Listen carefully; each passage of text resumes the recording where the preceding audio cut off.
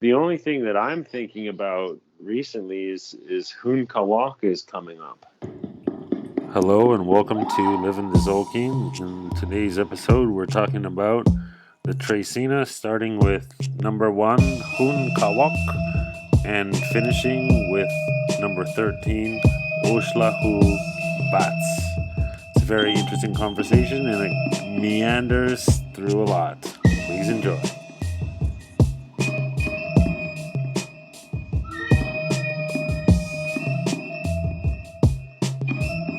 The only thing that I'm thinking about recently is Kawoq is coming up. The next trecena. Yeah, and so I'm gonna try to prepare all of my stones and wash them and make them happy. Try to establish some sort of a relationship, dialogue, friendship with them. Perfect. It is a good moment to do that, and to the purpose of continuing doing connections between the teacher and the student, based on this metahuman way of our communication, which is so good, by the way. It is so good and so fast for So mostly all of. I always heard that Kawoq had a relationship with teachers and students, and just as you were saying that, I thought like it's because of the metahuman element. In this case, in the spiritual path, when it is beyond the spiritual path, Kawoq goes or has the characteristics of based on communication as such. Nawal Kawoq is one of the Nawals that it is going to reveal an aspect of what communication is. And mostly it is when communication has when the stream of communication is unstoppable. As for example, when an event happens and this person begins to talk and the other begins to talk, and then we have a couple of standing viewpoints of an event. Kawoq is going to tell us or give us, or at least make us understand that whatever that is going to happen from both testimonies, it can have variations, different results, different, judgmental stuff, different branches, and different ideas. Kawoq will always be talking about that communication, and in the sense of every standing viewpoint is valid at the same time. So there's a flow of information that is not, let's say, like controlled. Things get on their own and flow in their own way according to the receptor. So that's why Kawoq can also be applied in the broad sense to beyond communication, in the sense of, for example, what happens with the news. That you are looking at the same stuff, but in, let's say, if you tune one station, let's say a radio station, you listen to something. If you saw the TV, then you're listening to something else.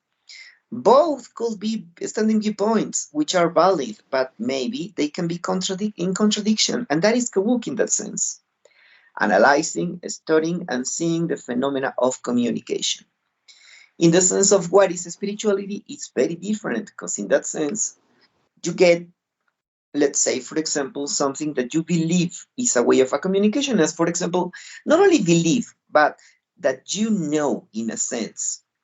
For example, in the case of having a dream, and you do know for sure that maybe, I don't know, it depends on your capability for doing translations, that maybe you will follow something that you listened over there, that you remember over there, that you were aware of that during dreamtime moments. And later on, you begin to see stuff correlated, related, or anything at all connecting that communication. In that sense, Kawoq will also be a participant or an element to understand what that flow of a dialogue or a communication could mean. And that's the value, in that sense, of Nawal Kawoq, analyzing the flow of information. But it depends, as I said, what are you looking for? What are you? Yeah, How are you dealing with that information? As gossiping, for example, I call it that should. misinformation, yeah, or communication or miscommunication is correct. So if it's a miscommunication, it would I would classify it as gossip or whatever bad news. Yeah, well, remember that the Nawals, all the 33, the 13 numeral Nawals, and the 20 day names Nawals, the nominal ones, they are going to have, let's say, an element connecting human activity as such. Any way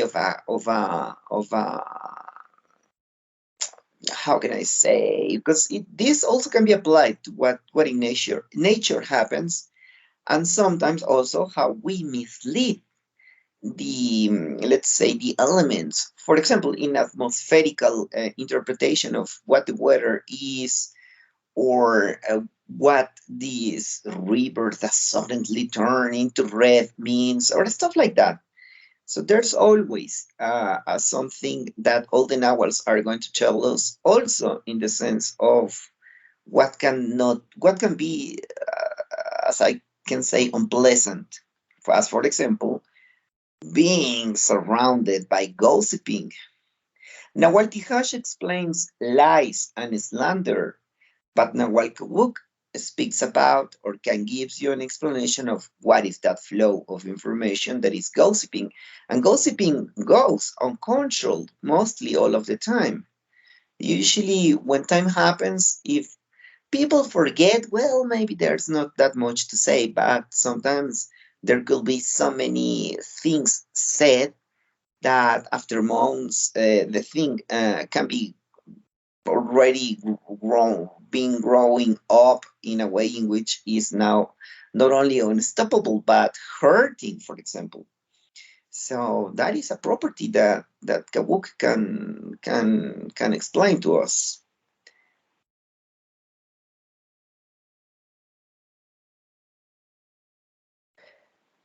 So it has to do with the result of the information. So not only, Mostly with the flow, how the flow goes.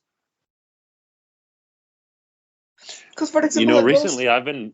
Oh, go ahead. Yeah. uh Yeah, well, I was just thinking that gossiping, in a sense, also goes by having this flow that is producing branches. Someone tells the other, and the other, and the other tells something else, and the other adds something.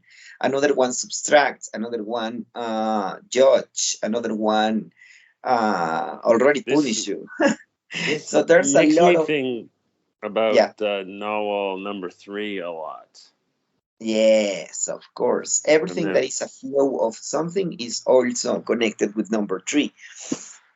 Number and three, sometimes number ik, if ik has vitality as such, or sometimes like it's a very, let's say, energetic something. Well, nawal ik or nawal emosh as a flow, an uncontrolled flow without any proportion. Then you can say, well, it's a mix of kawuk and number three, kawuk and ik, kawuk and emosh, in the way that as water you cannot hold water in your hands. Well, same way with the flow of information.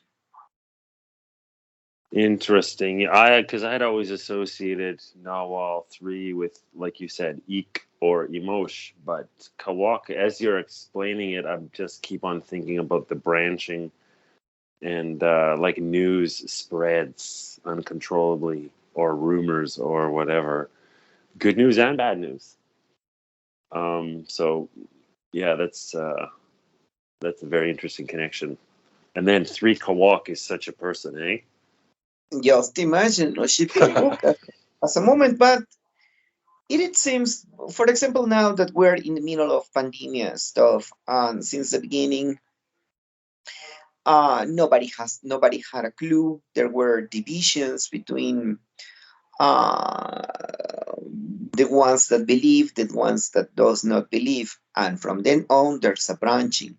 the ones that those believe and take the appropriate, let's say, actions to avoid. And on the other side, there's another ones that maybe they don't believe, but they stay silent. But there are also some others that believe and begin to fight back information.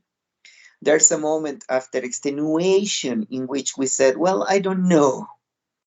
I don't really know which is the correct branch. I don't know which is the real stuff. Now, maybe you're looking at old news that is still applied, maybe. And there's a moment in which the flow of information just is too much for you to hold, and you just go back to say, well, I hope not to get infected. And that's it, right? So this is I an can't element fight. of Kawoq. It's so the Kawoq, like Emosh, it becomes the overflow, or in Eek, it becomes the destruction of something. Yeah, and that's the way in which, for general purposes, that's the way in which we can analyze the 33 Nawals, the numeral and the nominals, in the sense that every action, every human action, in not only human in the sense of us as the ones that, let's say, arrive to conclusions after using our way of consciousness, our science, our data to understand something.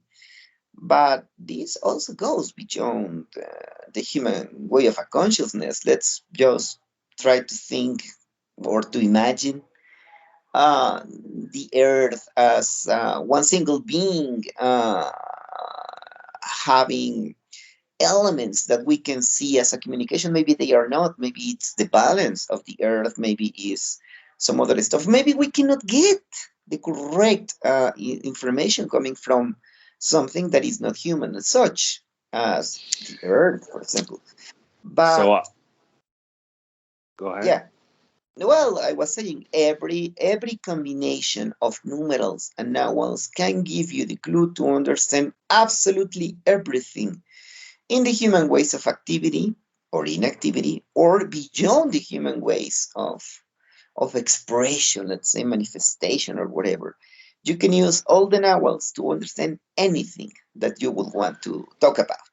Yeah, well, it's a Any. mathematical map. It's basically my best metaphor or similar thing comparison is the musical scales. It just sort of works, and it explains mathematically the patterns, and so that it can be understood and followed, and so forth. And so, to me, the Nawals really seems like the notes of a piano.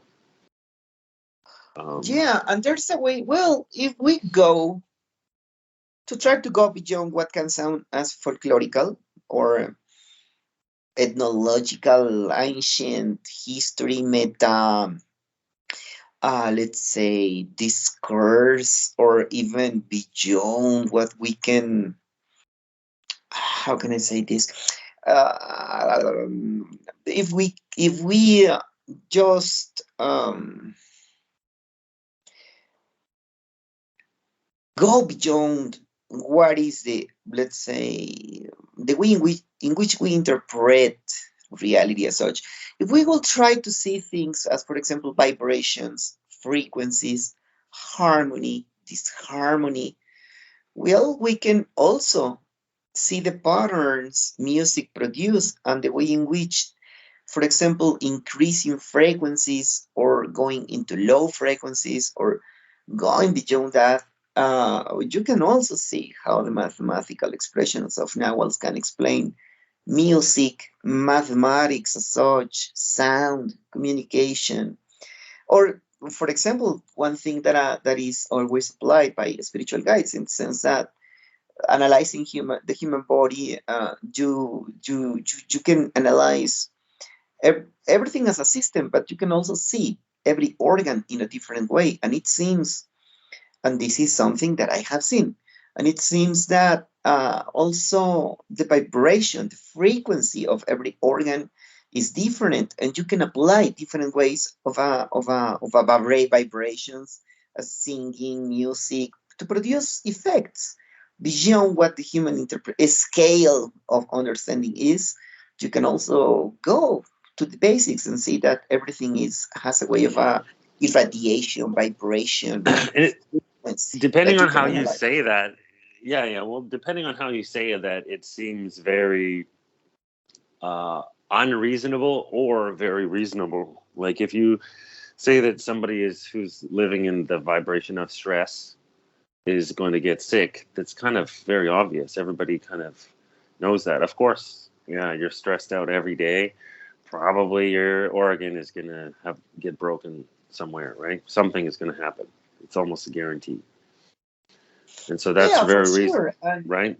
And by the way, sometimes it's not only the domain of what the brain can understand. It simply can happen that maybe you enter into, I don't know, a bank, and you don't want to talk with this executive or personnel or something, and then you enter and you sense something is not correct. The mood, the air, the vibration, if you would want to say that, it is different, and everybody in this earth has the can say that I entered into this room and I felt bad, I felt sick, and stuff like that, right? Well, so hold on. I have to mention this really quickly because I didn't have a chance to attend the last class, but I listened to it, and the whole really deeply analyzing the idea that the blood is talking is amazing. So, for example, you go in the bank and your body is telling you, no, no, no, no, no, no, not this man. This man is the wrong man, Hmm, hmm. right? We could say it's our stomach or our mind or our heart, but the idea that it's our blood really became fascinating and something I never really thought about very deeply. It's an amazing idea. I'll just say that. So, Well, thank. listen, let's say that we can say that is beyond the domain of ideas, but for sure is such a peculiar, such an interesting, and such a magnificent mystery.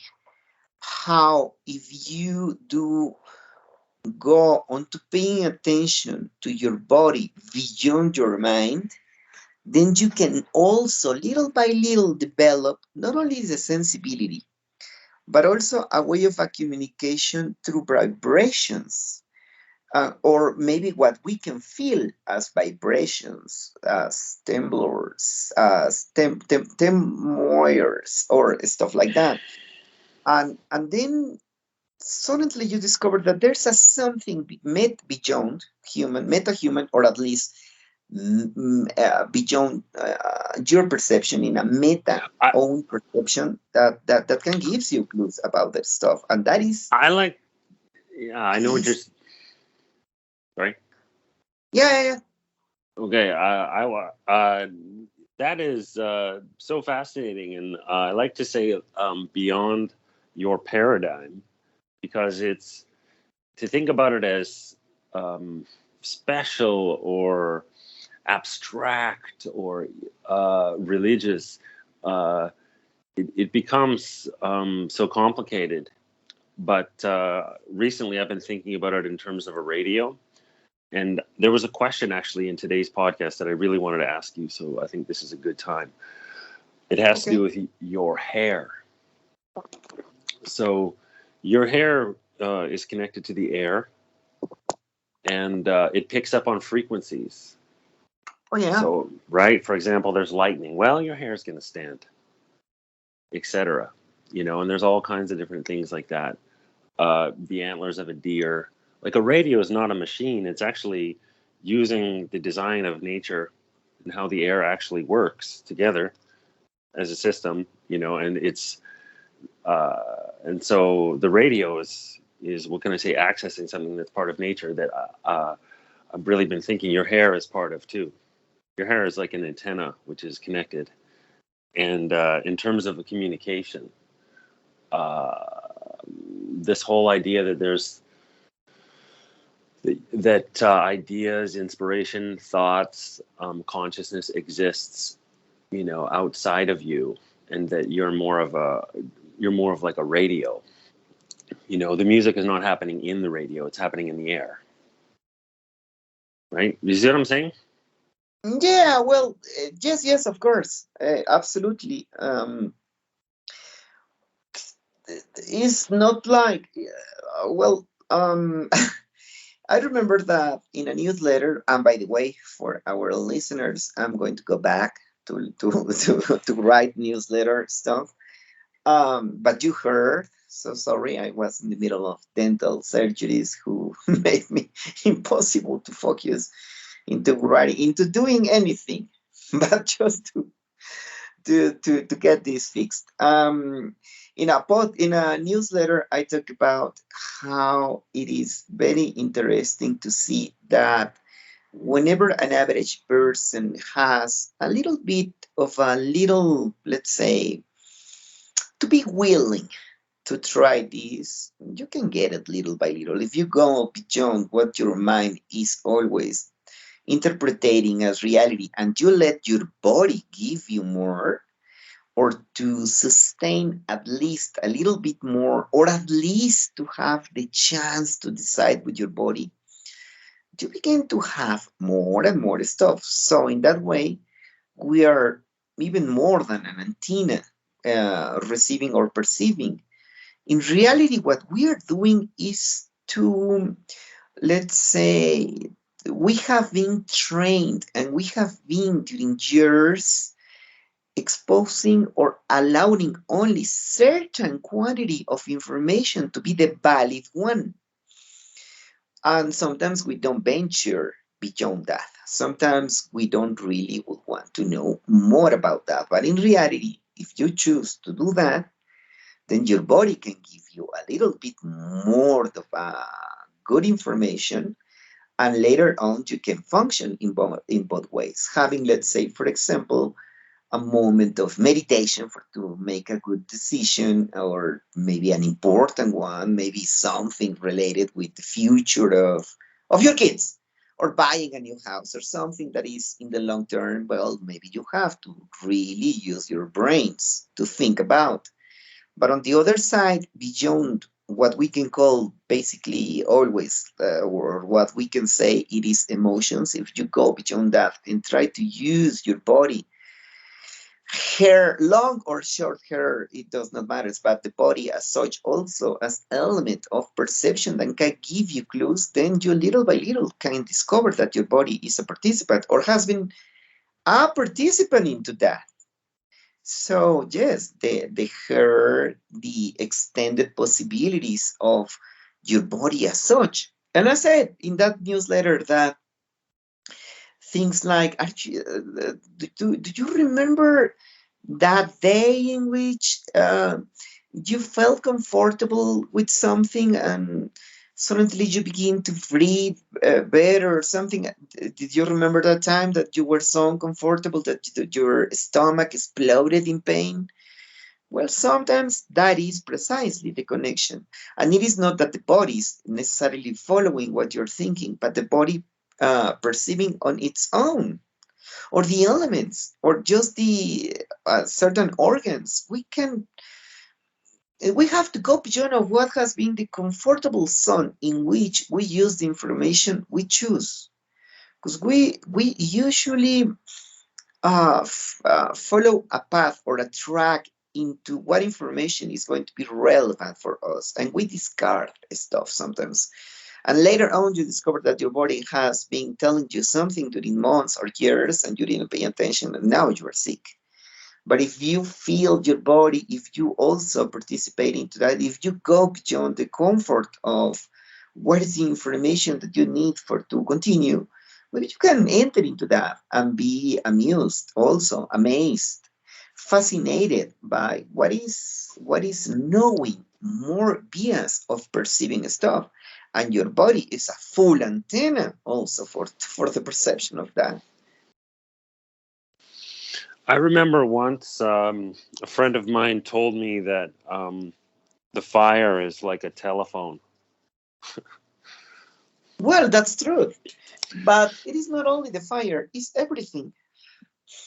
For example, remember that one day I said in one of these podcasts that there was into certain lineages of spiritual Mayan, specifically Kekchi and Quiche and Mam, Cachiquel, spiritual guides that has or hold the sense that the wind is one single entity. It is not like the, I don't know, storms in China are different from, I don't know, the hot breezes on the Sahara Desert. But the same air that I'm breathing is a consciousness, is an entity, and we do follow that. So you can talk to the wind, you can sing to the wind, you can use the wind as a conduct. Yeah, Well, that's what the I was fire also does that. Yeah. I was trying to think about the wind in terms of somebody like my old friend or something, where I could say, "Hey, how are you? Hi, it's me again. Nice to see you." And that's been my approach. I do like the idea that the sky is one thing. I've been thinking about that a lot because most people really don't consider the sky. And in our modern ways of thinking of the sky, we think about separate planets and separate the sun and separate all these things, and just to look up and when you see it as one thing. And it's not only that, but it's something that you can say hello to. Yeah. That's yeah, that's been a very interesting thing to practice doing that I've been trying over the last few years since you've been talking to me. And but you were just saying the same with the fire. Yeah. Well, any element. I'm going to tell you a history. I was on with one of my first teachers, guides in Totonicapancho, in Guatemala. And there was this man that was but very anxious and very nervous because he needed a consultation. And he, following what is the standard way of asking for consultations in the highlands, especially in Chuime and Ha.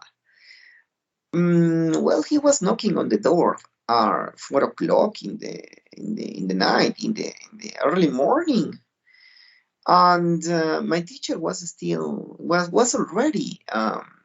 He always waked up at 3:30, 4 a.m.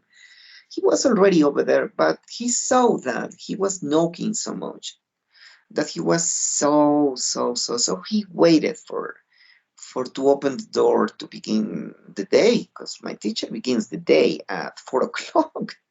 He used to, I don't know if he still does the same, but later on, when the man finally entered and posted his question and that the session of consultation began, he was like, I would want to know stuff. And my teacher, who is no less than 7 decades of expertise and practice, he was giving him answers just directly. He was sensing, he was analyzing by words, by expressions, by the feelings. He was allowing his body to answer, and he was giving him answers. But this man was like, okay, you are just talking. I would want you to know. He was, I don't know if which was his, I don't know, this client, which was his, what he was expecting or something. But he said, well, my teacher said something like, well, I'm not, I'm Ahbarje. Ahbarje in Maya signifies those persons that use cards to do divination. I can read the ite, I can read quartz, I can read the wind, the fire, I can feel, I can do translations through my body sensations, he said. And the other was like, he was kind of a disappointed because he would want to see a method of how my teacher was approaching answers. So he was sort of disappointed or something, the client. So my teacher asked me to go to the kitchen, and he says, go to the center table in that is in the middle of the kitchen, just close to the uh, stove, which in those days was not still on the stove, were the traditional 3 stones for the heating. And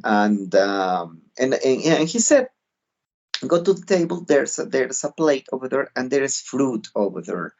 Bring me whatever that you find over there. Then, Scoop is the name of the 3 stones of the kitchen. Well, then I arrived. I arrived. I turned on the light. No, I'm lying. I light a candle. It was not like electrical based in those days. Now it is electrical based. In those days, it was by candles. And I saw that in the plate there was only banana over there, like 6 or 5 big black bananas over there. And he said, but remember, he said, take whatever that is over there. And I took all the bananas. Then I arrived to the place in which the session was given, the consultation moment. It was about to begin to the first rays of the sun, I remember.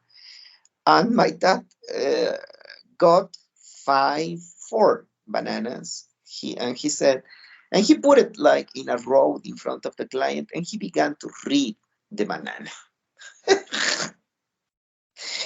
And he was with the banana in front of his eyes, and he says, well, in this dot, by analyzing these patterns, by seeing this stuff, I can tell you that your wife, in which is, she has been traveling to the south of Guatemala, which is not that unusual. People go to the south of Guatemala to cross the river, enter into Mexico, doing some buyings, and then they return. It's like a cultural connection in which the river has no borders. The river belongs to both. So there are commerce even in the middle of the river. This is the famous market, the quarterly market of the Usumacinta River in Tapachula. So this woman was kind of a lost.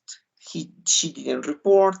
She wasn't giving any message or anything. And remember, those days were those days in which the telephone was not a cellular phone, was the old ways. So my teacher, by reading the banana, he said that she was still in Tapachula, and that she was assaulted or robbed or without money, and therefore she was unable or having no possibilities of not only doing communication, but to go back to the house, that she was having trouble. And my teacher says, and the other banana says the same, and the other banana says the same. I began to laugh to me, Fabian, in my inside, because I remember the English expressions, like, he went bananas. But my teacher was doing that precisely to show these men that you can find the answers in anything that you will want. So at the end, he began to read the bananas, and he put the bananas back on the plate, and he says, "Take it to me. Take it to the kitchen once again." And I was like, "Okay." I was reading. I listened. I couldn't see the patterns or the spots or anything in the banana. I was just like, well, I went bananas, and I was laughing, right? Well, that meant the client paid the fee. He gave my teacher a little extra. He was a little bit sorry, but he was now concerned of the possibilities that the banana said the truth, that his wife, were stuck in this southern town in the border. So it was already very, very, very early in the morning. So it was time for him to take the bus, go to the frontier, arrive there in 4 hours, and try to see what can happen. So he did it. I accompanied him to the bus stop, which was kind of a little far away from the house, but it's okay. And he went to look for her wife. He found her. And precisely what the banana has said was truth. She was robbed in the Guatemalan border. She didn't even cross to Mexico. but she was unable to. She was. Uh, as this song says, she was so stupid to lie and too naive to steal, or something like that. I don't know. It's an Sting song that says that. I'm too dumb to lie, and she was too dumb to lie, and she was so shy to ask for money, or even less, to rob someone else or to get or anything. She was just in a bench. Uh, like already being there like more than a couple of days, waiting to see what she can do. So he found her, and the point is that well, later on they came together back.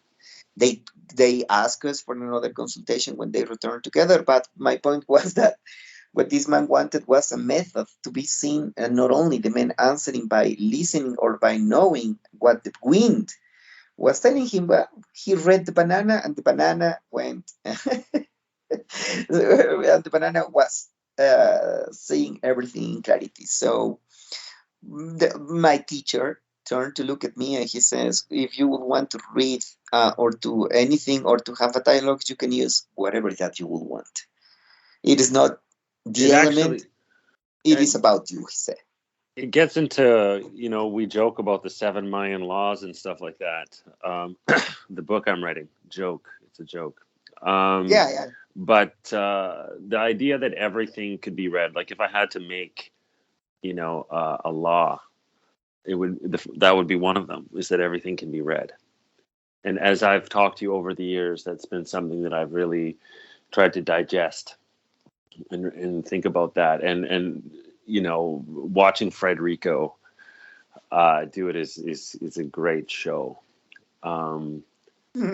Right? Like and he that and then as you were telling me this story, I thought about the performance aspect of it. The ceremony or reading something is the performance is really important. Without the performance, the person can't hold that.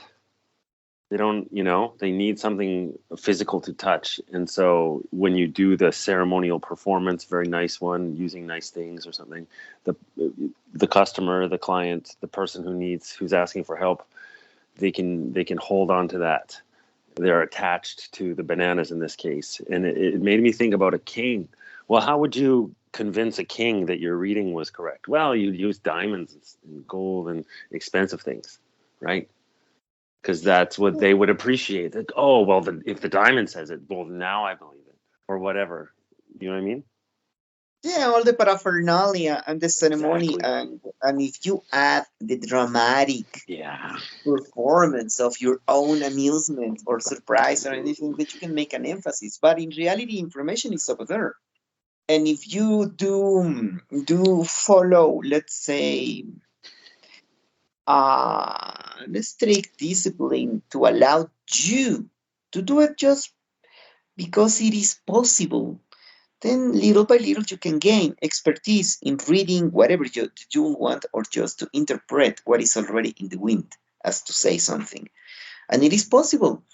On the other hand, if, for example, and this is something that you have to say to apprentices always, on the other hand, well, if you are beginning and you are, let's say, still in the middle of what is the average way of perception of stuff, well, maybe you are going to hesitate.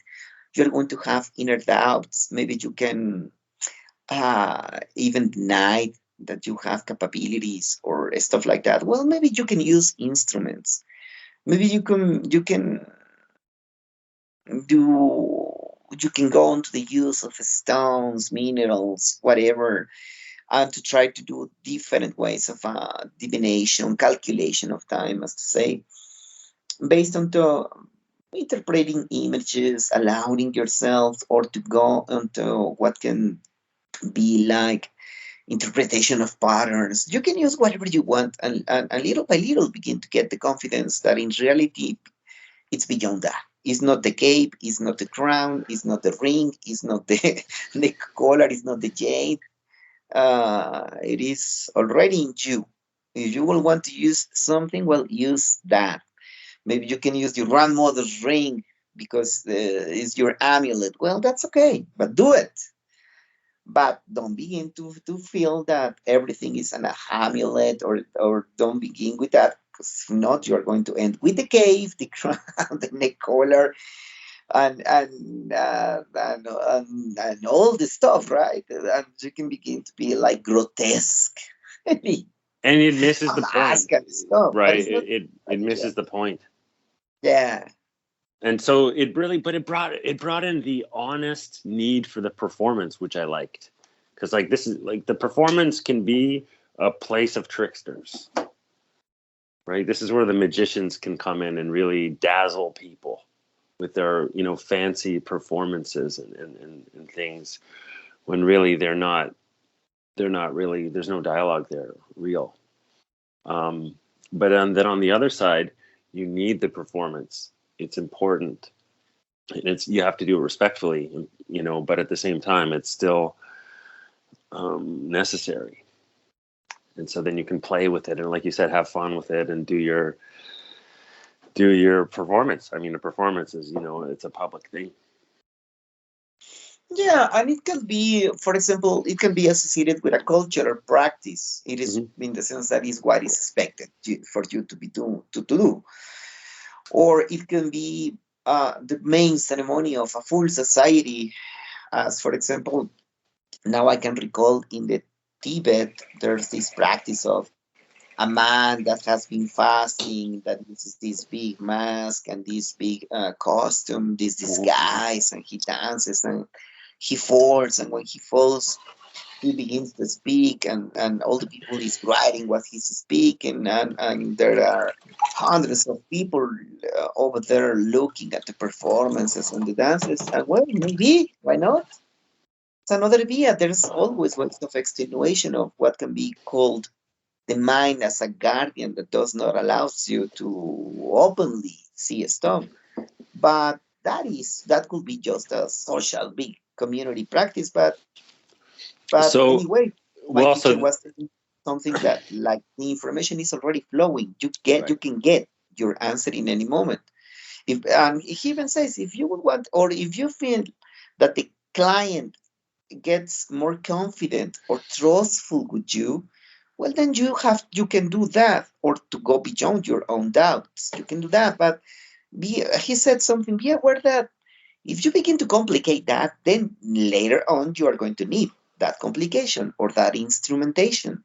And my teacher was more like, just allow yourself to feel and sense in the moment. And that's what I do. Because I was always following also like picking up and getting the best crystal quartz or the best jade or whatever. And I was into that. But he says, well, let's stop. You're going to end as Merlin the magician, with the robe and the cape and the crown and everything. And I don't want it to be like that, he said. Yeah, well, the dialogue is already there, and everything else is. It made me think about showing off for the public, but it's important to do because it's your job. If you're a doctor, you need to dress like a doctor, etc. So that way people know Okay, yeah, who they're yeah. talking to. So for the public, it's important. And then it made me think about showing off and the positive side of showing off and why it's good. It helps people if you're doing this. Well, everybody knows, you know, you're a doctor because there's signs everywhere and you look like a doctor. You have the code and everything. And and so I started thinking about Hunak Poo. I'm like, this is the Hunak Poo stuff. And then I thought, well, Hunak Poo is the ancestors. And it just made me start to think about showing off, what can I say, in a religious way or it honors the ancestors in a weird way to do this stuff. Yeah, and it could be fair, also fair enough to do. The mention or whatever that is what an authentic or a real spiritual guide is going to tell you is to go beyond the elements, go beyond the breaches, go beyond the systems, go beyond the complications. If you have to do it, well, do it. But if not, just go directly. And I remember, for example, when I was very young, very very, very, very, very young. Okay. I remember there was a fire ceremony, and in this fire ceremony, there was a man and his mom, and I was looking at the flames at the ceremony, and suddenly I got beyond the doubt, or what can be said beyond the reasonable limits of a doubt. I feel that there was something connecting this man necessities pain with a car, and I was like, how do I get into this? And I was looking at the flames, and they were looking at me, and then I said in a loud voice, very confident, this problem began with a car. I cannot see more, but I see that this started with a car. And he cried, he began to cry in front of his mom. And the mom was very, very touched by the moment. And he said, yeah, and they both told me, yes, it is true. All the things that were happening to him began with the moment in which his car was stolen. And the car was found like a couple of months later, completely, abandoned, and all the valuable pieces were taken off, abandoned in a faraway, distant neighborhood. And from because that car had no insurance or anything, it was like a total loss. So what began with that, continuing complications with his life and stuff like that, and blah blah blah blah blah. Let's say that. Now, if you ask me how I did so a car, or that the problem as such began with a car, let me tell you that I have no answer for you.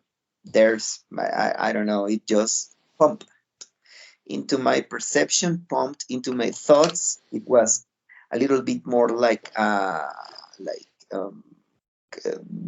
conviction, like in my certainty based on to conviction, and let's say the security in a bodily sense.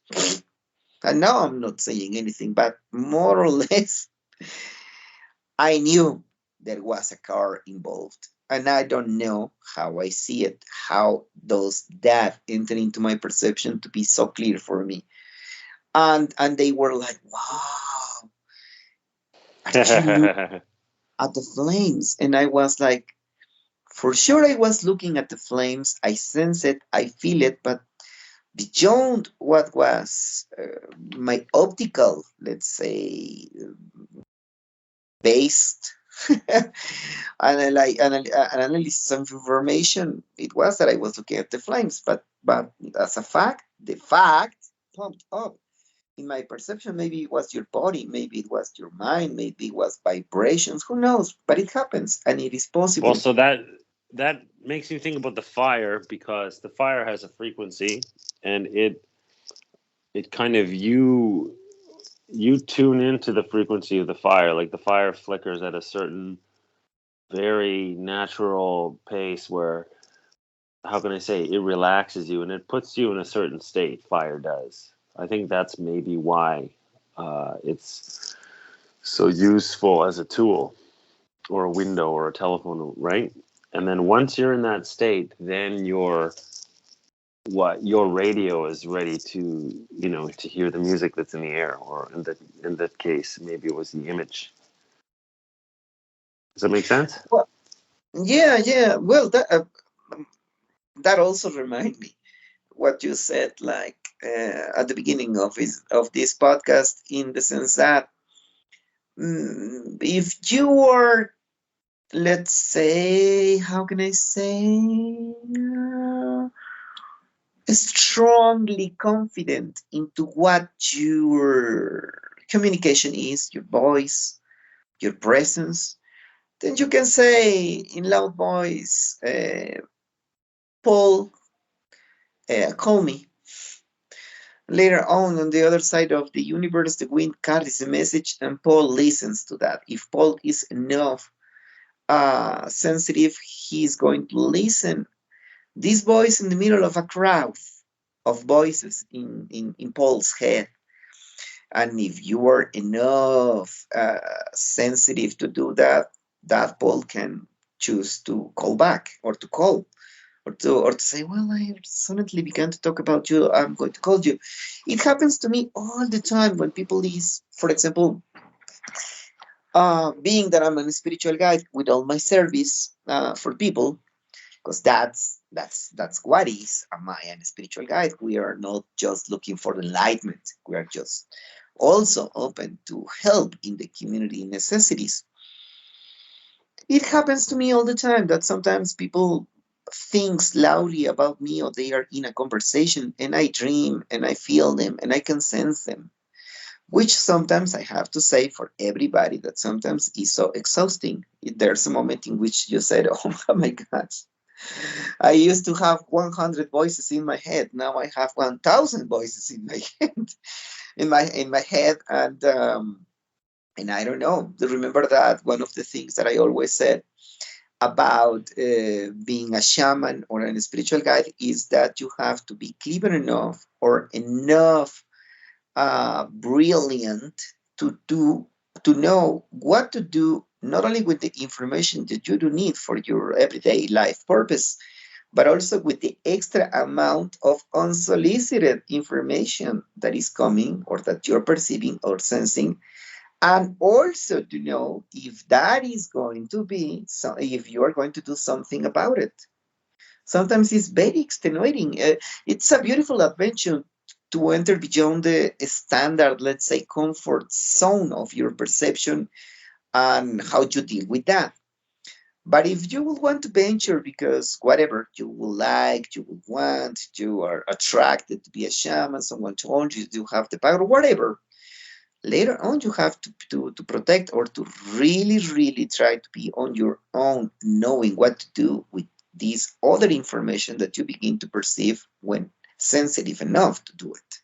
And sometimes, let me tell you, it's very extenuating.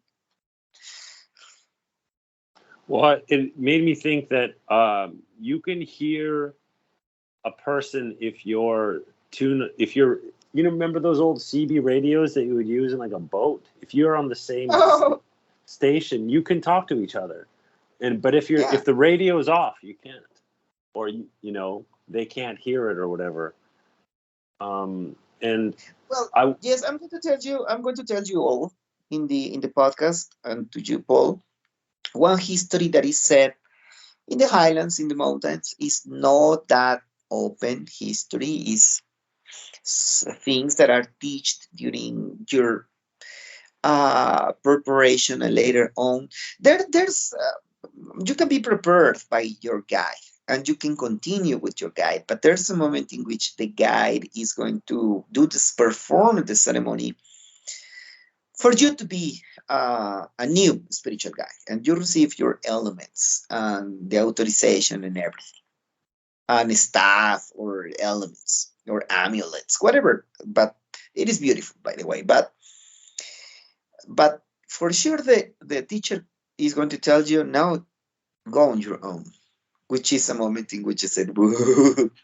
But you can still continue being with your teacher and having communication, teachings, learnings, and stuff.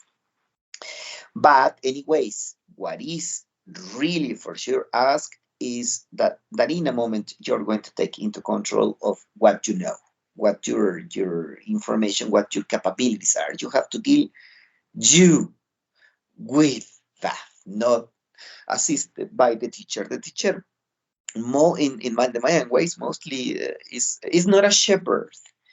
The spiritual Mayan is not usually a shepherd. He's not going to be telling you all the time what to do. Sometimes he's going to ask you, or even to fool you, to see what you can do with that information. Uh, but that is a way. Well, now in the middle of those stuff, and when we are talking about things, is very interesting. I have an student, Jamie. She's always fascinating with collecting my histories. This history that I'm going to say is one of a private histories.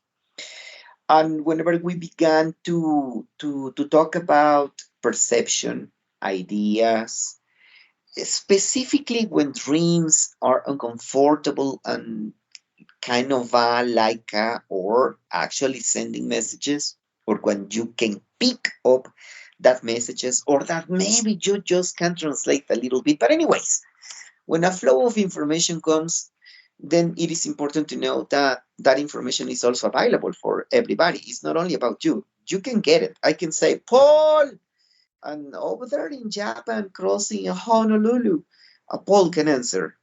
Yeah, why not? But anyways, the information is over there. I can read, for example, in my case, I can be summoned, or I maybe I know about maybe Federico, maybe Jamie, maybe Paul, maybe I don't know, Nick is talking about me, and I can do anything about it. Just keep on doing my stuff, and I will not call you, for example. But another person can feel that information is over there. Anyways, it's over there. Another person can begin to feel or perceive exactly the same and say, well, there's someone calling. Fabian is being asked. There's another. All the information can be read by everybody or by anything. It is open. It's an open. It's an open source. Well, I think it has to do with, like, this is part of nature. This is how the nature of the sky really works. in reality, yes, and Yeah. that's why if I do my efforts, maybe I can read Cleopatra's last actions, and why not? Maybe it is And possible out for me to have access beyond to that. cultures, right? Beyond language. It's just, Yeah. this is how the sky works. And so, did you finish your history? Do you want to finish the No, I story? haven't. I didn't even started. The history Yeah, goes. well, you do it. Do you want to do it? Yeah, Okay, go for it. Yeah. there's a history that says that in ancient times, the spiritual guides, some of the spiritual guides in political positions of power, were also warrior priests, not only spiritual guides in the sense of what the idealization of a shaman is, like this person that is the bridge between divinity and the human, or the shaman that does the flies, or this person that is sort of following the path of the hero because he goes into worlds and come back with information. Well, that's true, by the way. But New Age has accustomed us to see only kind of holy people who have no contact with the average human, who have whole powers of Well, medicine and stuff. But that is not the I, only thing. That is mostly I an wanted to say, idealization. Let me I finish. wanted to, oh, God, let me just make this one point because I think it's helpful to the story. Well, if I Um, forget, people, it's Paul's fault. the king Okay, controls the land, the priest controls the law. That's the official purpose for the community. Okay, go for it. that's okay. So there's and we shouldn't, or at least in the Mayan ways. Well, yes, you're expected to be a respectable person with respectable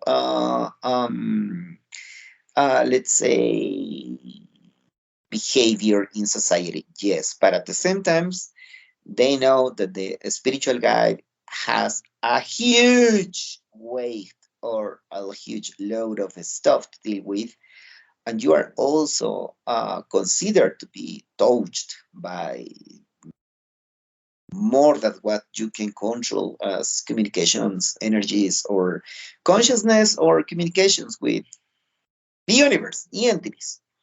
So, although it is also think that you should have, yes, being a guide, having the proper, being a member of community as an example, yes, but at the same time, they can understand if you get very drunk. They can understand if you suddenly need, let's say, 15 days, or that you don't attend, that you have to go, that you have to rest, In the Maya lands, yes, they ask you for something, but at the same time, they give you the permission because you are also a human being that can be overloaded by situations.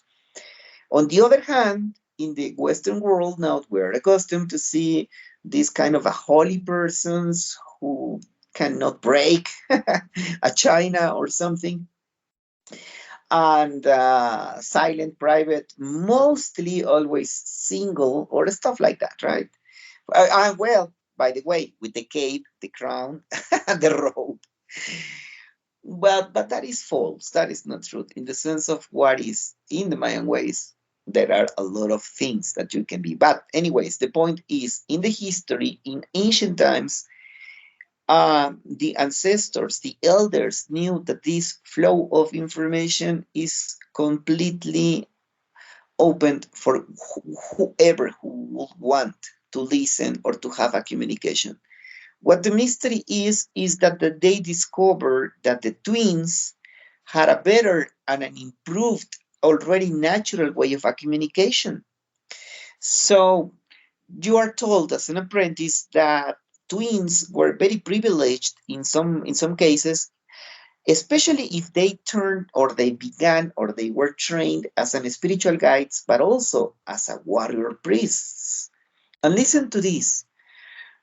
I know this sounds absolutely crazy, but entering into what these practices are, it sounds more than reasonable.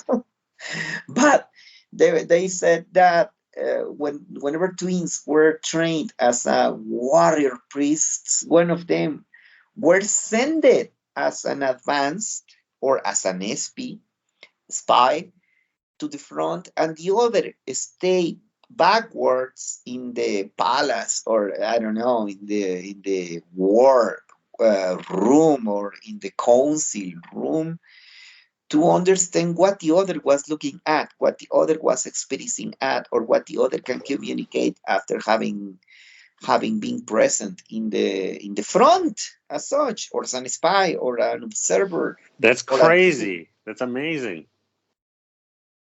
yeah, That's an amazing idea. Like, yeah, that's freaking hilarious. Wow. it is amazing. But now you have been studying with me during no less than 2 years, even more than 2 years. You have been listening to my talks and you read my books. You are helping me with more information and stuff. And you have seen that sometimes spontaneously in this moment, it has begun to happen with my apprentices. You have been seeing how we are completely silent in a chat, and suddenly we do have the same idea. And sometimes Nick is saying, "Oh, I was pondering about this," and Federico saying, "Oh, well, I was exactly in the middle of that." And Jamie offers another explanation of the same stuff. And suddenly we were connected, and we weren't aware that all of us were in the middle of the same thought, ideas, and analysis. And this is happening spontaneously without training. So what the other history said is that if you are able to pick up any sort of information, if you are enough tuned, in this case with a person, you can not only feel or sense, but get a direct, distant communication. As it happens with mountains, with lakes, with whatever. For example, going back to my teacher's history, he was kind of reading a banana. He wasn't reading a banana. He was sensing the stuff. But anyways, the information was over there. So he sensed that the woman was over there alone and very frightened about the stuff and unable for example, to steal food. So she was starving. She wasn't unable to ask money because, by the way, borders, national countries, the borders are always dangerous. So she was only waiting. But her husband couldn't read, but my teacher could read. My teacher said the other goes, and good end to this history. But anyways, just imagine what can it be training a couple of sensitive persons who already had a connection through Ushlab, their own inner heart, get a communication and to send messages in between places. Specifically when they were warrior priests, and that information was already instantaneous and already direct. So I know those are private history. Well, used to be. Now that I'm speaking, it's not a private history anymore, but usually it's a way in which you are told that those stuff can begin to happen. And there are ways to train that perception ways with a person or with your twin, if that is the point, because twins already have that connection. If you increase that capabilities, that can be a direct telephone line in the ancient times. And also sometimes you are saying that the first internet were the Mayan altars, because they are always connected and is a net in which everything can be perceived if you are enough sensitive to perceive, or if you are clever, or even brave enough to deal with what you can pick up over there. And that is for sure something that is not a mythology, it's something that is practice. But you have to go deep into Yeah, it. I think that's the real key point in terms of approach, I think, is understanding that this is how nature works. It's the sky, it's a bunch of radio stations, and you can use it, and there's systems and technology that's built on this stuff. And if you practice it enough times, you're going to see that it works really, really well for you and for everything you're doing. So when you explain it as something magical, sometimes it's hard to access, but you need to use bananas, for the public. The public needs bananas. Well, applying that experience into stuff, there was a moment in my ceremonial practice, in this case as as a spiritual guide, right? But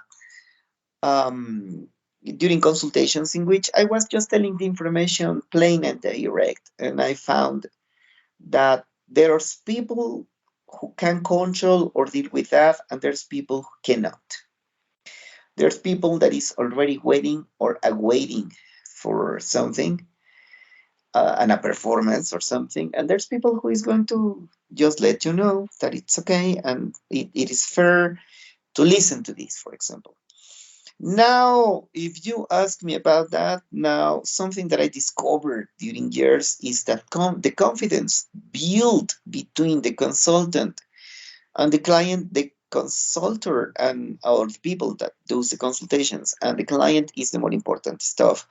If the person is already confident on you, then you can do whatever you do want or whatever you do think is necessary. But if you have to do the play or the performance, well, to get that, well, do it. That's it. It's extenuating, but it is also possible. Amazing. Let me bring this question back one more thing, because it was sort of my very loose idea before we started this podcast today, was about deer antlers and the antlers of deer associated as antennas. Yeah, it is. And by the way, being that they look like a branch of a tree, uh, there's also then it goes in the same way that remember that the deer, speaking about the deer, which is another let's say the symbol of the altar. And remember this beautiful poetic stuff that says that the deer carries the sky in the back and protects the earth with the belly. Then specifically the deer and trees are connected in that sense, and a tree was always said to be like an antenna for perceiving stuff. The connection between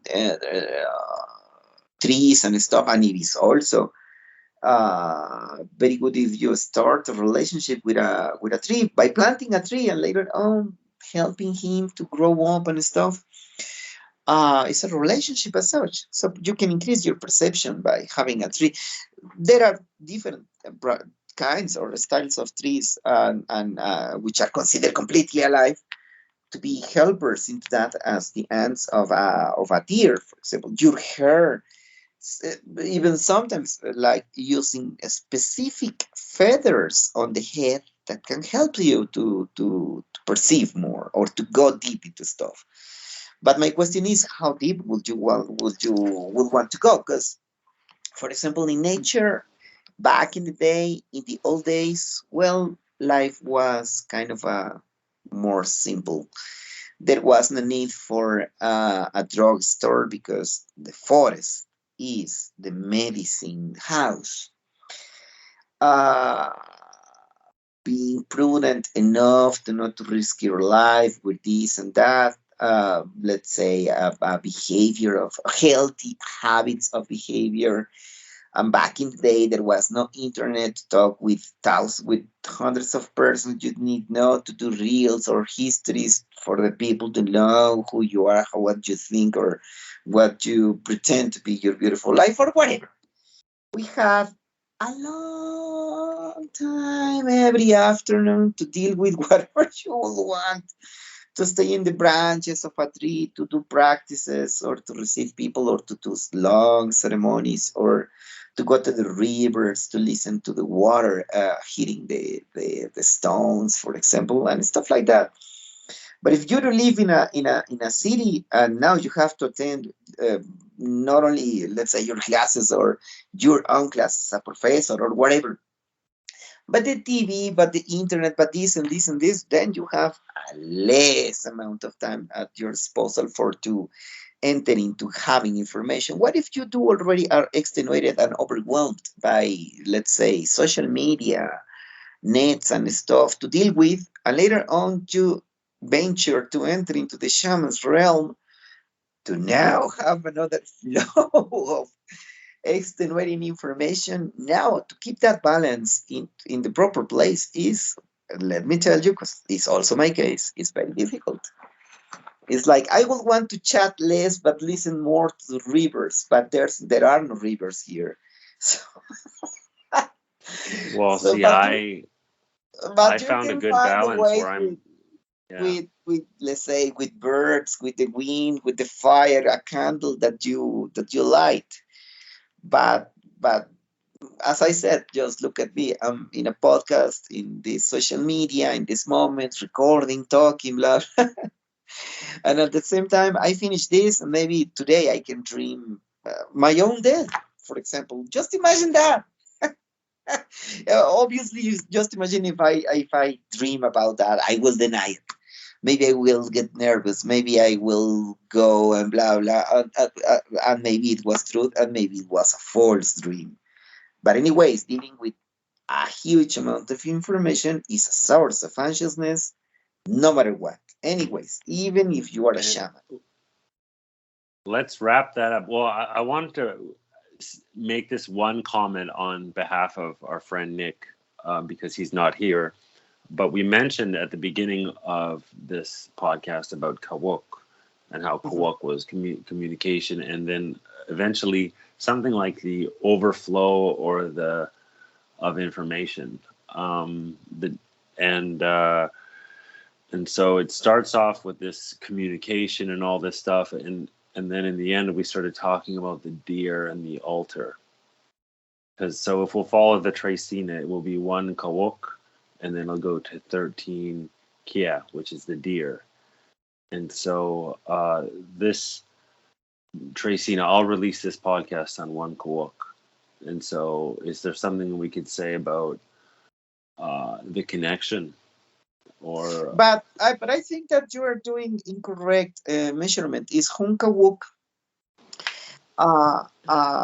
Kawuk Hunakbu Imosh Iqbalkat Kankamikech Anil Tohti Batz is Oxlajuj Batz. is it Batz? Well, do your own counting. Kawuk Okay, I Hunakbu don't need to correct you. I Akabal see. Kat Kankamikech Kanil Tohti Batz. It is Nice. Hunkawuk Oxlajuj Batz. Kawuk Okay. Imosh Iqbalkat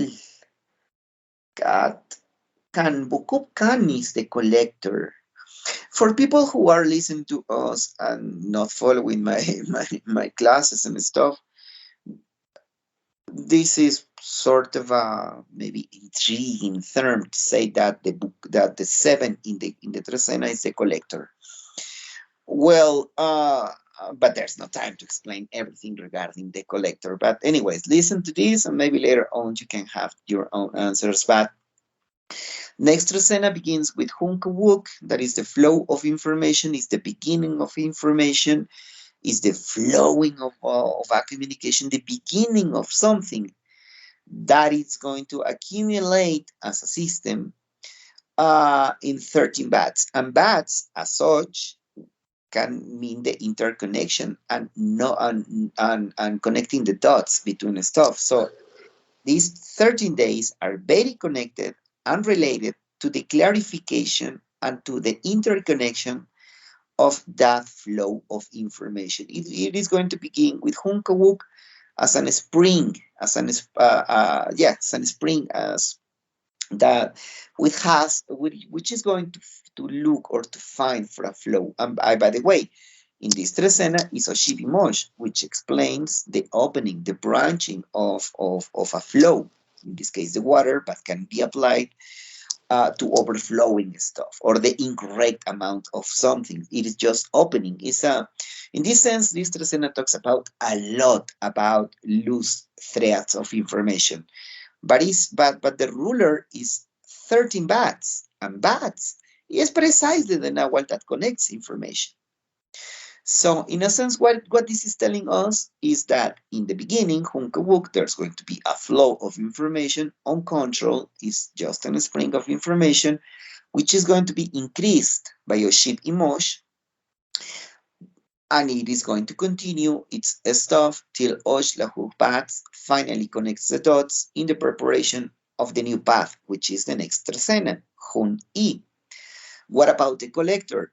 This is in a broad sense what it means, that you begin with the flow of information, you connect the dots, and being that 7 in reality is a collector, or the final end, or the realization, the goal of the system that is trecena, then it speaks about information. You collect information to do a change, or you do collect information to make an intervention into something, to change, to move, because Nawal can precise over intervention of stuff, putting something, even asphyxiating, it is to put your energy into changing something. Why? Because the next trecena goes on to Hun I, and you have to intervene by interconnecting information to prepare yourself to begin a path in the next trecena, Hun I. And that's it. That is a way in which you can, for beginners or for stealers of information, in the same way, let me tell you, you can begin with 1, then you analyze the 13, which is the accumulation. You should connect the meanings. Then you go back to the 7, which is going to give you some sort of a why, or which is the sense of this. Then to understand the next number 1, which in this case is number 1 and E, the beginning of the path. So in this trecena that is next is the beginning of the information. The next is the beginning of the path. And that is an easy 1, 13, 7, 1, 1, 13, 13, 7, 1, 1, 13, 7, 1. That's a way in which we can understand how trecenas get interlocked, embroidered in time. And usually, for your amusement, if you will want to listen to this and not to think that I'm so crazy, that also goes on to perception. Because perception is, for the biological, let's say, continuity of our bodies and the conditions, well, then you can really say that is moment by moment. But anyways, analyzing the structure of Nawals and the perception and considering them also as consciousness, then you can see that you, beyond the human body, or not only through the human body, not only through what is interpretation of average standard information, you can also delve into consciousness in time. You can go back and forth and also perceiving some other stuff. let's say, in this moment, I will want to quote and was men, who said that uh, time exists for everything to not be happening at the same time, all the time. That was Einstein who said that, and I think it's true. There's a biological timeline in which you can track perception and manifestation, or let's say, yeah, of everything. But there's a way in which you can go beyond that to understand what the structure and what the analysis of a trecena of time is, and you can go back and forward with your unconsciousness beyond the biological necessities. Well, you have to eat, right? To stop thinking about eating, but you can go beyond. It is something that you has to choose, but nobody told That was us. a beautiful weaving. I really felt like you were weaving the days together, to create, like you said, an embroidery. So, and it reveals a really cool pattern. So, yeah, thanks for doing that. Um, I'll have to go back and re-listen to that. Well, that's a way. That's a way to interlock. There are, let me think, one, two, three, four. There are 5 ways of dealing with something that should not be called a numerology, but anyways, what you are using is the organization of the numbers associated with the nominals. There are at least five that I know ways to understand the counting of time. No, there are more, but the 5 that I'm calling is like these ways of interweaving information. But that is, it is complex but fascinating, and will always, let's say, be in the sense of semiotic, that it means the analysis of symbols and how they interplay for communication. There are always different ways to understand that, to arrive to a very coherent and a harmonic way of explaining reality. As I have said, you begin with a flow of information. In the beginning, you have this big flow, which Nawal Batz is going to interconnect, to organize, because that is Nawal Batz, also interconnection, work, connecting the dots. Which purpose? But that's not a final end. The final end, in this case, it is giving us as with a button to number 7 can, which is going to make an intervention. For what? For to begin a path, and then it begins, number 1E. And then the E is going to accumulate, is going to deposit into a collector, and that collector is going to explain Y to the next number 1, and that's it. It always has to function coherent. You should not be applying crazy philosophical stuff, just the basics. Just as I said, it begins the flow of information. Now, Oxlajuj Batz connects for the purpose of doing an intervention, for to later on begin a path. And that's it. And this one is only one way. There are different ways of reading the trecena for to arrive to a poetical interweaving of meanings, creating a very beautiful philosophical and poetical semiotic atmosphere in let's say in the heart and in the mind of a spiritual guide. I think that's amazing. If we wrap it up now, then we can kind of say that today's conversation was overall one topic. Otherwise, it'll start branching into, everything. And then how do I write the description? Oh well, you can see now that we are following we are doing precisely what Kawoq can explain us, or what specific Oshib Kawoq, the branching of information can be. We began with a subject, and now we have a full tree of branches waiting for little pieces of more information that we can begin to explain, or we can stop, or we can just be devoted to explore one thing. Sometimes for the human average being, even obviously for the spiritual guide, even if the spiritual guide has 7 decades of experience, sometimes, as I said, sometimes it's also extenuating and a cause of stress and stuff, because you can perceive the different ways in which your actions are going to branch new actions and dynamics. And sometimes you are like, now what I can do? Where shall I go? And beyond that, who's the one that is going to take the decision? Who's going to make the decision? Because sometimes the inner self, the build or the construction of an identity, it is also sort of a ghostly being over there. Like my social identity as an Apapianteo is more like a ghostly building and construction that I'm doing. If I do or take decision based onto that, maybe I'm faithful, but to that ghostly image, which is an identity that I built. But if I read time and I know what consciousness is, maybe I can take the decision based onto that, which for me could be a fact in the sense of how do I read and interpret, let's say, energy, consciousness, information, and could be more valid that, or although more difficult to follow time beyond your inner self, maybe it could be better than just to be always taxating or giving a tribute to that ghostly being that we all viewed as that. Very poetic, and I liked the ghostly being description. That's really spooky. This is spooky in the sense of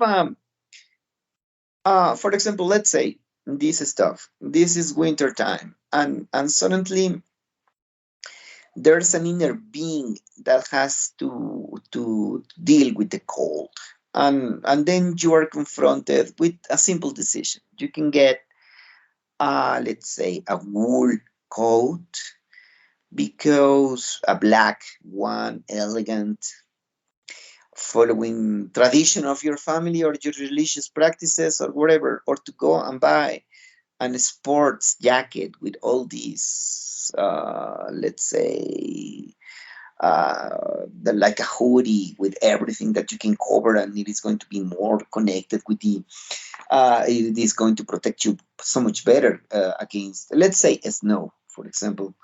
And then maybe you will say, well, I will want to buy that jacket, but I need to use a coat. It is what is expected from me. So you have to choose what to do. In the inside, there's an identity which is ghostly like, and sadly we tribute, we tax almost, I don't know, like 80, 90, a huge amount of ideas and decisions based on that ghostly image that we build, and that sometimes people help us to build. Like, for example, when people is expecting something from you because you are something, and then maybe it's uncomfortable or even unpleasant for you, but you comply. You have to do what is expected from you. But what if you go beyond that and you read time and you read consciousness and you do understand that you can do clever decision based on the something that is beyond you, which is just you as an structure of the universe and everything that crosses in your consciousness for you as a vessel, and then you are an expression of the universe. You can take decisions as an expression of the universe, not as a, let's say, yeah, spooky, blurry idea of who we are, which usually is not that quite well resolved. I don't know. It sounds spooky, I know. Is one And friend of, it's amazing because it's how it works. That is actually true. Um, and yeah. even maybe there's many of these ghosts where this group expects that, and this person expects this, and then you actually, yeah, it basically gets into private and public. Exactly. But uh, and of course, you can choose things based on to what is your inner identity. Maybe you will say, "Well, I'm not going to cut my hair in that way because I'm Paul," or I don't know because I don't know, but my mom or whatever expects me to do that. But maybe you can go and understand who you really are through your Nawals, or at least, if not who you really are, at least which are the manifestations of another you that is more the expression of that than your inner thoughts of, for example, who you are based on trauma or illnesses or gossips or what people have been telling you about you. Maybe you Now, have to here's a go beyond question. that. Is there a ceremonial activity or something like that you could do that's specific about healing this? Yeah, of course, but there are ceremonies for absolutely everything. Everything that you can mention. Well, there's a way, there's a technique, there's even a standard way to begin to do that. Now, when you go into deeper ways of communicate, when you go into the deeper stuff about what is this fascinating universe full of consciousness or energies or entities or whatever, there's always ceremonies that are particular to the stuff. For example, I was talking about the twins, which is a history that are told in that sense that communicate. In reality, what they are telling you is that communication is open, and that if someone is prepared, clever, and sensitive enough, can listen to whatever, including your own thoughts, for example. And then you are convinced that you can arrive to conclusion based on the instrumentation or the lack of instrumentation, for to understand something, a fact, an idea, which is the purpose behind the sense, which is the author of something that happens, whatever a consultation is. But and then for example, in my case, it was like, whoa, it sounds very reasonable because, for example, since I was a kid, beyond training, I remember that by understanding my dreams, I could understand a lot of stuff that was happening in my surroundings.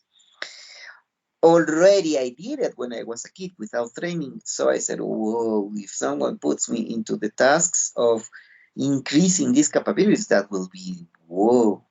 Yeah, later on, I opened my big mouth asking for that training.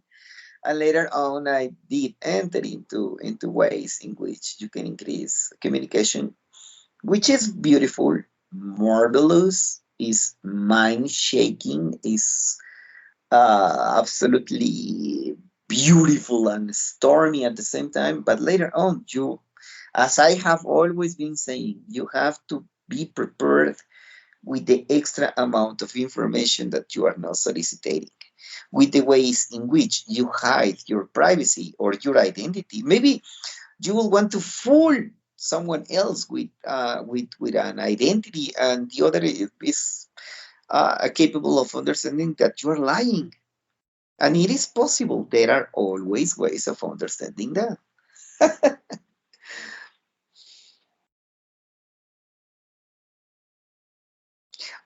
And for this other ask question that you ask at the end, yes, there are ceremonial practices to do that.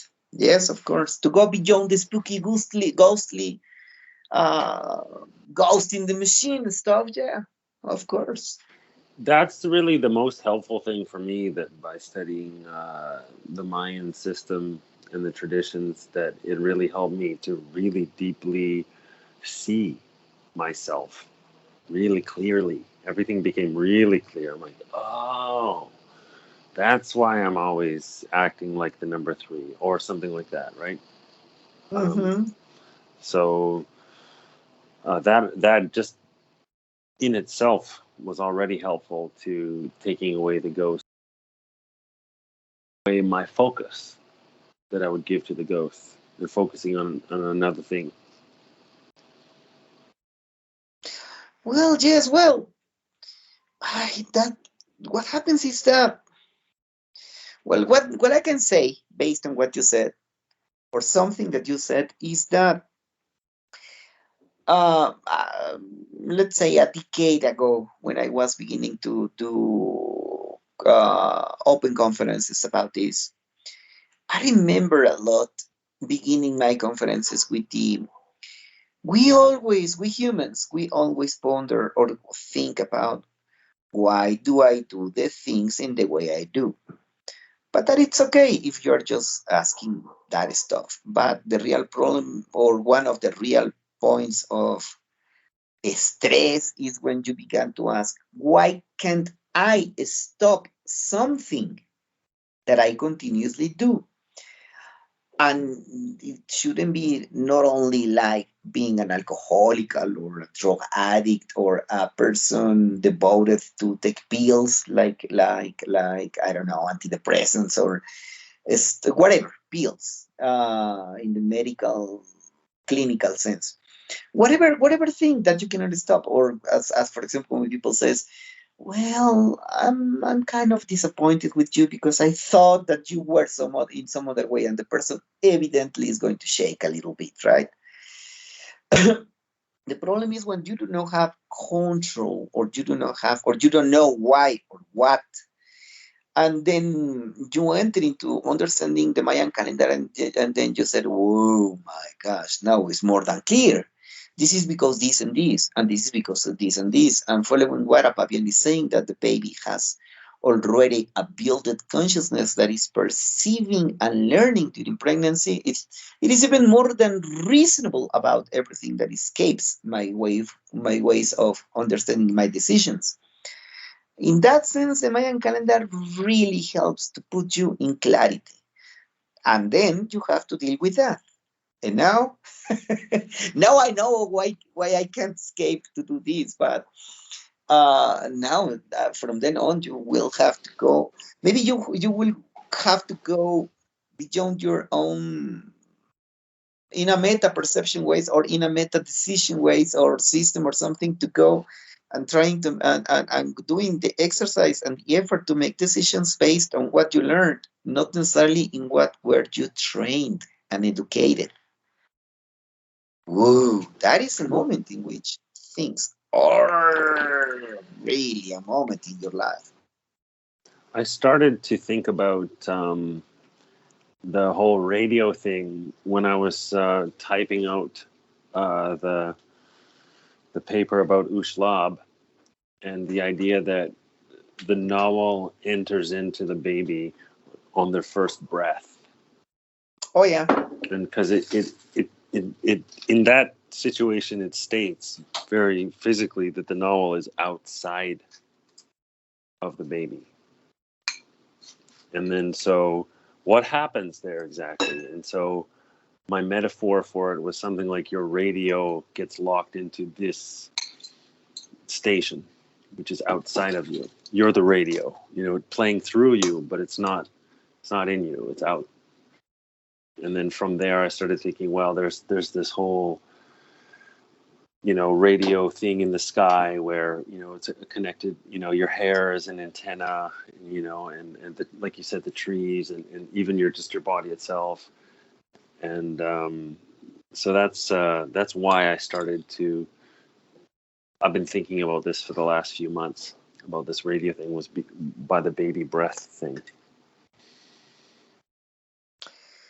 Well, yes, what you said, it is truth. That's it, and that is the mystery. Because, well, there's a lot of stuff. One of the most esoteric, even mystical stuff about Mayan calendar is how consciousness, the external consciousness that we call the corporation of Nawals, or the Amal Be, the guide Nawal, and his her corporation, or is the way in which they enter into one single breath in the first moment when we are born, or in the delivery moment.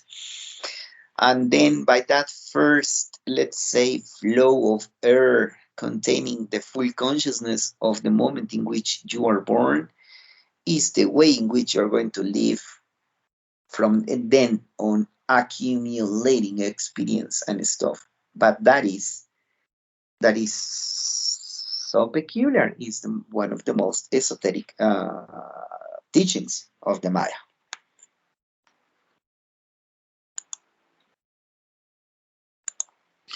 Well, I started, actually, I was thinking about it recently, and I heard some astrology people say the same thing about the first breath. And to me, it just made me think about the radio thing. Like, this is how nature is built. This is how the structure of the sky, the ecosystem is built in reality, and I really like the idea of demystifying this stuff so that it seems more than obvious or very practical or very reasonable. If you make it so exciting and magical, it's really hard for some people to approach. So I think, anyways, yeah, I just wanted to tell you that was my whole plan for the whole podcast, was just to basically talk about that. But you did an amazing job just sort of, guiding us through all of these topics. Or telling you that is possible. Obviously, now recalling back once again what Kawoq is and the flow of information, obviously there's a moment in which we have to protect the self, in the sense of, well, I shouldn't believe everything that they told me or everything that people told me. Sometimes as humans we do have the tendency of believing whatever that is happening if you're in the middle of a stress moments. Usually the truth, or what can be the approximate truth or the fact or something, can be so painful that you will prefer to avoid it, or to not to deal with that, or to deal but only a little bit, and blah blah blah. We do always have an approach and sometimes an attraction, but also a rejection of what the information is, and it is okay, it's reasonable. Just look at what happens with the idea of the vaccines in this moment, and the way people is dealing with that. Exactly the same with the spiritual things. Sometimes there are things that you can say that seems very coherent. There are things that sounds extremely fantastic, but you enter, you do the practice, and beyond having faith, which is one of my remarks all the time, this is not about having faith. It is not changing the faith of a religious or a spirituality to begin to have faith or whatever in this. No, this is not the point. Is beyond the faith and entering into the place of the will and the conviction, the inner conviction. Then you can go and enter into what can be the coherent, evolving capabilities of what you're doing, which is more difficult than just having faith and playing and just following whatever people tell you. In the Mayan world, you're always exposed to say, prove it by your own, do it by your own. And for example, I don't know how much magical this history of the twin sounds. Here is a possibility. But now for you, Paul, that you're listening to me, for you is more than reasonable now. And for me, it's still something that I began to do. So, and I'm not crazy, and I wasn't but driven by that. I'm just a curious person, a scientific in my own way, and I do test, and I do always try to reproduce, and I do the scientific method as such for to apply into perception and into things that deals only with perception and with things that are not, let's say, solid, who have solid quality to be measured, but also to enter into the subjective area of what do you perceive and what you do with your perception. So it is not also just believing everything that is said to you. Well, you can enter, you can go beyond the fantasy of having a community, or to idealize the spiritual guide, or idealize your spooky self, and entering into the reading of consciousness that is happening, or the energy, or the time, or the Nawal's reign. You can call it the way that you would want to call it, but after that, then it is you in front of the universe. And that's a beautiful moment, but it's also a stormy moment. believe me. But anyways, this is our chance. This is our moment. And I, as a teacher, I will say, well, I can teach you stuff, that stuff, and I'm not going to ask anything. You know that I don't ask anything. But the universe is going to ask you the stuff on its own. So I'm not going to. I'm going to be your guide, but I'm not going to be your teacher. And there's no homework. The universe does that stuff on its own. You have your own problems. Yeah.